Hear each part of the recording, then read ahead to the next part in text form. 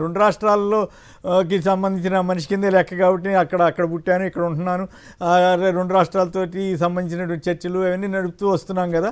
అయితే తెలంగాణలో వచ్చినంత రెస్పాన్స్ అక్కడ ఏపీ పౌర సమాజంలో కనపడటం లేదు. ఎందుకని కనపడుతోందా అన్నది నాకున్న డౌట్. ఏ కారణం ఏమైనా కావచ్చు, కానీ అమరావతిలో 16,000 నుంచి 18,000 రూపాయలు, ఒక్క నిమిషం, అమరావతిలో 16,000 నుంచి 18,000 చదరపడి ఖర్చు పెడతా ఉంటే, కేవలం అద్దాలకే 2,540 రూపాయలు ఖర్చు పెడతా ఉంటే పౌర సమాజం ప్రశ్నించదా? మేధావులు ప్రశ్నించరా? పర్యావరణవేత్తలు ప్రశ్నించరా? ఏమిటి? అప్పుడప్పుడు పురుషోత్తమ రెడ్డి గారు లాంటి వాళ్ళు అడుగుతుండొచ్చు, కానీ ఓవరాల్గా ప్రజల్లో ఆ స్పందన రాకపోతే ప్రభుత్వం వాళ్ళు ఇష్టం వచ్చినట్టు చేసుకుంటే వెళుతుంది. దీనికి కారణం ఏంటంటే, ఒక ఆర్కెస్ట్రేటెడ్ మేనర్లో ప్రభుత్వమే ఒక మాఫియా మాదిరి పనిచేస్తూ ఉంది. ఒక ఆర్కెస్ట్రేటెడ్ మేనర్లో ప్రభుత్వమే ఒక మాఫియా మాదిరి పనిచేస్తూ ఉంది.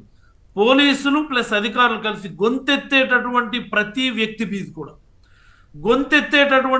వ్యక్తి మీద కూడా అక్రమంగా కేసులు బనాయించి జైళ్ళకు పంపించేటటువంటి court guidelines, apex court guidelines సైతం తోసిరాజని పక్కకు పెట్టి వాళ్ళకు నచ్చినటువంటి సెక్షన్లు నచ్చిన మాదిరి ఇష్టానుసారం బనాయిస్తూ పౌర సమాజం గొంతు నొక్కేటటువంటి పరిస్థితి ఈ రాష్ట్రంలోనే, ప్రాథమిక హక్కులు సైతం భంగం కలిగించేటటువంటి పరిస్థితి ఈ రాష్ట్రంలోనే ఉంది.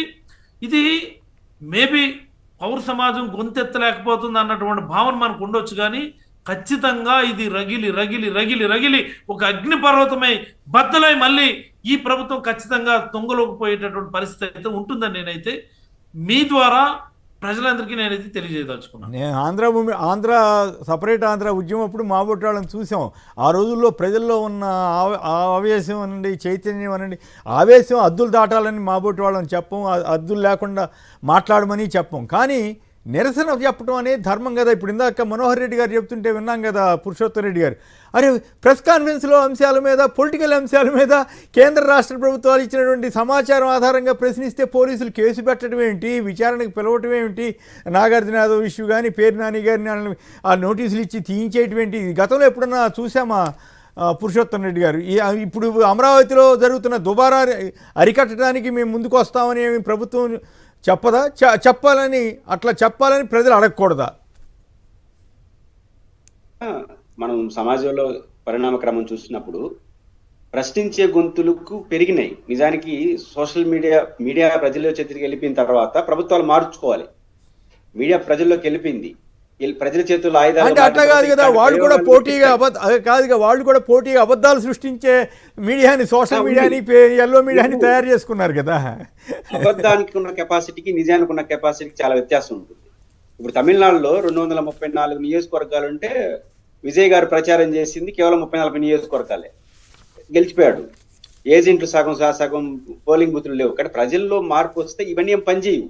అంటే ఆ మార్పు జరుగుతుంది. ప్రభుత్వం గమనంలో పెట్టుకోవాల్సింది, చేతనైతే వివరణ ఇవ్వాలి, కనీసం పట్టించుకోకుండా ఉండాలి. చివరి ప్రయోగం, నేను క్వశ్చన్ చేసిన వాళ్ళందరినీ అడగతానంటే ఎంతమంది అడుగుతారు? పబ్లిక్ అడుగుతారు. అంతర్లీనంగా మనిషికి ఉండదా, భావన ఉండదా? ఆ భావన ఎట్లా ప్రశ్నిస్తావు?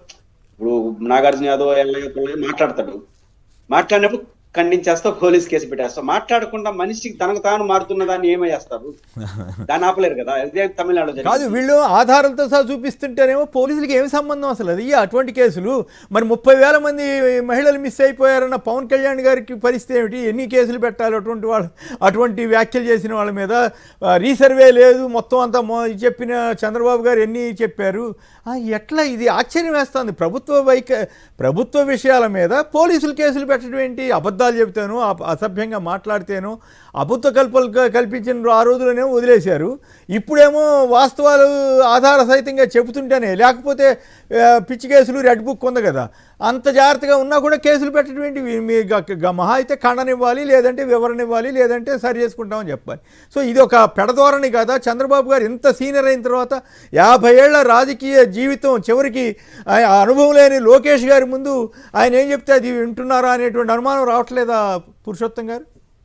ఇక్కడ ప్రభుత్వం ఏం భావిస్తుందంటే, ఒక సిగ్నల్ ఇస్తున్నాము, ప్రశ్నించే వాళ్ళందరికీ హెచ్చరికలు చేస్తున్నాము, ప్రభుత్వానికి అనుకున్న వాళ్ళకి ఏం చేసినా వినవు అనే మెసేజ్ ఇస్తున్నామని ప్రభుత్వం అనుకుంటా ఉంది. కానీ ప్రజలు ఏమనుకుంటారు అనేది ఇంపార్టెంట్. ప్రజాస్వామ్యంలో ప్రజలు ఏమనుకుంటున్నారు? ప్రశ్నించే వాళ్ళు మాత్రం అంటారు, ప్రశ్నించక ఇచ్చలుడిగా ఉన్న వాళ్ళు వదిలేస్తారనే భావన వెళ్తే ప్రభుత్వానికి వ్యతిరేకత అవుతుంది అల్టిమేట్ గా. కానీ ప్రభుత్వం మీరు ఏం సిగ్నల్ ఇవ్వదలుచుకున్నారో మీరు అనుకుంటున్నారు. నిజమే, కొంత ఈ ప్రశ్నించే వాళ్ళకి నొప్పి ఉంటుంది, కొంత మనం ప్రభుత్వానికి అనుకూలంగా ప్రత్యర్థిని ఎడబడితే తిట్టే వాళ్ళు మనం ఏం తిట్టినా సమర్థిస్తారు అనుకునే వాళ్ళకి ఆనందం కలగచ్చు. కానీ అంటే సొసైటీ ఏమనుకుంటా ఉంది, సొసైటీ ఖచ్చితంగా దీన్ని హర్షించదు. అది అల్టిమేట్ గా ప్రభుత్వం మేడకు చుట్టుకుంటుంది. ఈ రోజు అర్థం కాదు, అధికారంలో ఉన్నారు కాబట్టి అది అర్థం కాదు. అర్థమయ్యే రోజుకి మీరు చేయగలిగింది ఏం లేదు. నేనైతే దాదాపు 50 ఏళ్ళుగా ఈ ఫీల్డ్లో ఉన్నానండి. 1971 నుంచి రాజకీయాలు ఎంతో కొంత తెలిసిన వ్యక్తిగా, 78 నుంచి ప్రత్యక్షంగా చూస్తున్న వ్యక్తిగా నాకేమనిపిస్తుందంటే ఇట్లాంటి ప్రెస్ స్టేట్మెంట్లకి కూడా పోలీసులు జోక్యం చేసుకోవడం అంటే అది ఆ ప్రభుత్వం ఎంత భయపడిపోతుంది సోషల్ మీడియా అంటే ప్రజావాణికి ఎంత భయపడిపోతుంది అంటే అన్ని అబద్ధాలు చెబుతున్నాం అన్న సంగతి జనానికి అర్థమైపోతుందా అన్న భయంతో వణుకుతోందేమో అని నాకు అనుమానం వస్తూ ఉంది. తొమ్మిది ఇక్కడ ఆ భయం ఆడిపోయిందంటే వైసీపీ వాళ్ళ భయాన్ని బాగొట్టేసింది. వాళ్ళ భయం సంగతి కాదు, వైసీపీ వాళ్ళ భయాన్ని బాగొట్టేసి రెడీ రెడీ రెడీ అని ఇప్పుడు రాజీ ఉన్నాడు, ఆడికి ఎందుకు పోయినాడు? మామూలుగా అయితే పోడు, దాని పర్యవసరం అతనికి తెలుసు, పేరు చేయడానికి సిద్ధపడ్డాడు. ఎందుకు సిద్ధపడ్డాడు? ఇంకా అంతమించి ఏం కావద్దని ఎక్కువ భయపెడితే వచ్చే పరిస్థితి కాదండి. గతంలో నాకు తెలుసు కొంతమంది పోలీస్ ఆఫీసర్లు డీజీపీ స్థాయిలో వాళ్ళు కానీ ఎస్పీ స్థాయిలో వాళ్ళు కానీ చాలా నిర్ద్వందంగా తోసిపుచ్చేవాళ్ళు. ప్రభుత్వం కాదు అట్లా చేయండి ఇట్లా చేయండి అంటే అది చట్ట ప్రకారం ఉంటేనే చేసేవాళ్ళు. ఇప్పుడేంది, ఎవరు ఆదేశిస్తారంటే వీళ్ళు పాటిస్తారంట. అదేమంటే మా మీద ఒత్తిడి ఉందని చెబుతారంట. ఇదేమి ఇట్లా ఆంధ్రప్రదేశ్లో పోలీస్ వ్యవస్థ ఒకప్పుడు గొప్ప పేరు ఉండేది. ఇప్పుడు ఈ రకంగా ప్రమాణాలు కోల్పోతే సమాజానికి నష్టం కదా, పోలీస్ వ్యవస్థకి నష్టం, ఓవరాల్గా సమాజానికి నష్టం. తాత్కాలికంగా తెలుగుదేశంకో జనసేనకో బీజేపీకో ఉపయోగపడవచ్చు, కానీ ఓవరాల్గా సమాజాన్ని ఇప్పుడు ఇందాక మన సాయి వీడియో చూసాం కదా, నేరాలు హింస విపరీతంగా పెరిగిపోయిందంట. దానికి కారణం వీళ్ళే ప్రోత్సహిస్తున్నారు కాబట్టి. రైట్. ఇక్కడ పోలీస్ అధికారులు ఉన్నతాధికారులు ఇప్పుడు మీకు అనుకూలంగా ఉన్నారు కదా, ఎందుకున్నారు? అధికారులు ఉన్నారు కాబట్టి. ఎలక్షన్ ముందు 3 అర్థం అయిపోయింది అనుకోండి, మీకు రివర్స్ అయిపోతారు వాళ్ళు. ఈ పనికి అలవాటు పన్ను తెలుసు కదా. చంద్రబాబు గారు లాంటి సీనియర్కి ఆ విషయాలు తెలియవని మనం అనుకోవటానికి లేదు. ఆయన ఎన్ని ఆరోపణలు చేసేవారు, అసలు ఆధారం ఉందా లేదా అనే దాంతో సంబంధం లేకుండా మరి అవన్నీ కూడా కేసులు అవుతాయా ఈ లెక్కన ఇప్పుడు అనుసరిస్తున్న ప్రమాణాల ప్రకారం? అంతేగా, అధికారులు అందరూ దాని మూల్యాన్ని చెల్లించుకుంటారు. రైట్. శ్రీనివాస్ గారు ప్రొద్దుటూరు నుంచి. శ్రీనివాస్ గారు నమస్కారం, మాట్లాడండి సంక్షిప్తంగా. మీరు టీవీ వింటూ మాట్లాడకూడదు దయచేసి. రైట్.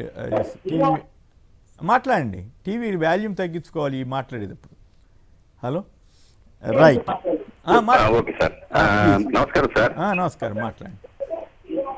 మిమ్మల్ని ఈశ్వర్ గారు చూస్తే జాలేస్తుంది సార్. మధ్యలో మమ్మల్ని ఎందుకు జాలేయటం?